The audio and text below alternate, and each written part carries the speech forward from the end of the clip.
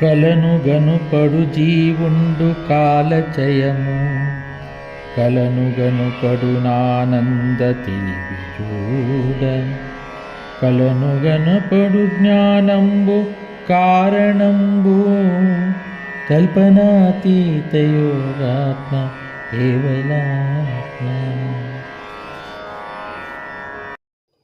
కలను గనుపడు జీవుండు కాలజయము కలను గనుపడు నానంద తెలివి చూడ కలను గనుపడు జ్ఞానంబు కారణంబు కల్పనాతీత యోగాత్మ కేవలాత్మ. జై గురుదేవా. స్వప్న దృష్టాంతాన్ని గురించి ఇంకా స్పష్టతతో మనకు తెలియజేస్తూ ఉన్నారు. మనం గురుదేవుని భావంలోనికి వెళ్ళి దీన్ని గమనించాలి, లేకపోతే ఇది కాస్త గజిబిజిగా ఉంటుంది. ఎలా అంటే, కలను గనుపడు జీవుండు కాలచయము. కలను కనిపించేటువంటి జీవుడు ఎవరు? కలను కనిపించే జీవుడు నేనే. ఇప్పుడు కనిపించే జీవుడు నేనే, కలలో కనిపించేటువంటి జీవుడను నేనే. ఆ ఎరిగే శరీరాన్ని దాల్చినటువంటి గుర్తు నేను. అలానే ఆ జీవుడు కానీ, జగము కానీ, కాలచయము, కాల సమూహము, అవి యుగాదులు కానీ, కల్పములు కానీ, ఏవైనా సరే, అలానే భూత భవిష్యత్తు వర్తమానములు కానీ, ఆగామి సంచిత ప్రారబ్ధములు కానీ, ఇవన్నీ కూడా స్వప్నం.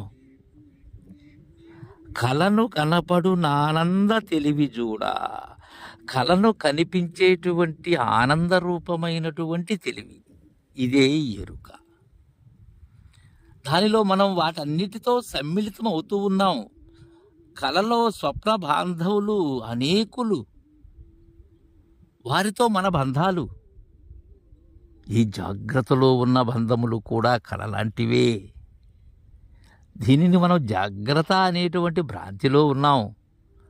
ఇది కళలాంటివి అని ఎరిగిన నాడు, ఎరిగిన గుర్తును వీడిన నాడు ఉన్నది మేల్క. ఆ కళను కనపడేటువంటి ఆనందం ఏంటది? నీవు తెలుసుకునేటువంటి తెలివి అది. కలను కనుపడు జ్ఞానంబు కారణంబు. దీనన్నిటికీ కారణమేమై ఉన్నది? జ్ఞానమే కారణమై ఉన్నది. ఏదైతే గుర్తు ఎరుగుతూ ఉన్నదో అదే కారణమై ఉన్నది, మరేమీ కాదు. ఇక్కడ ఒక్క విషయాన్ని మనం స్పష్టతతో ఆలోచించినట్లయితే, ఈ నిజగురు బోధ అనేది ఇది నా దగ్గరే పటాపంచులు కావాలి, మరి ఎక్కడో కాదిది. వేరే వారికి, వేరే దానికి అన్వయించుకున్నట్లయితే ఇది కాదిది.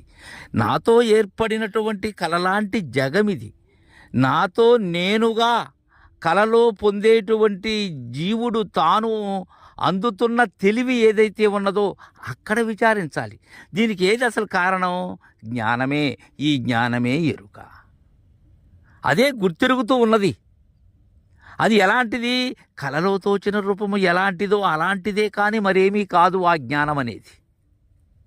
అది కళ అని మేల్కొన్న నాడు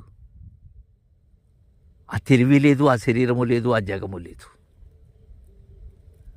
ఇలా గ్రహించినట్లయితే పరిపూర్ణ బోధ చాలా సులభంగా ఉంటుంది.